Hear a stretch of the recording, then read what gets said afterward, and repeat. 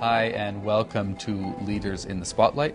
My name is James Appathurai. I'm a Canadian working at NATO. I'm the Deputy Assistant Secretary General for Political Affairs.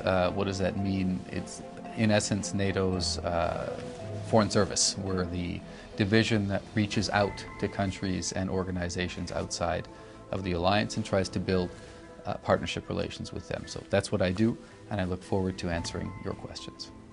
The first question that was asked of me was, does NATO have a relevance challenge?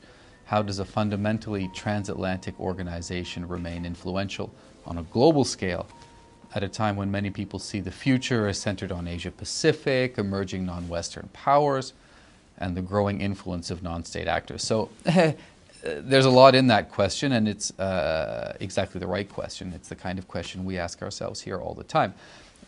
First, I've been at NATO a really long time, about 15 years, and I've heard this relevance question again and again. And each time people say, is NATO still relevant?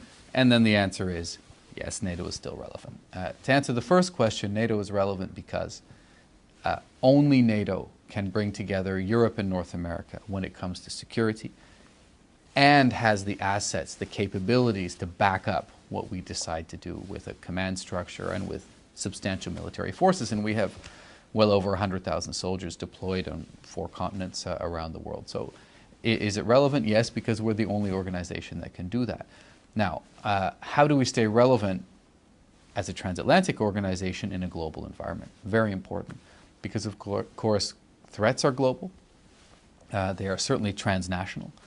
Look how Afghanistan affected the United States. Look how it affected all of us. Look how the piracy problem off the coast of Africa is affecting all of us. So how do we deal with it?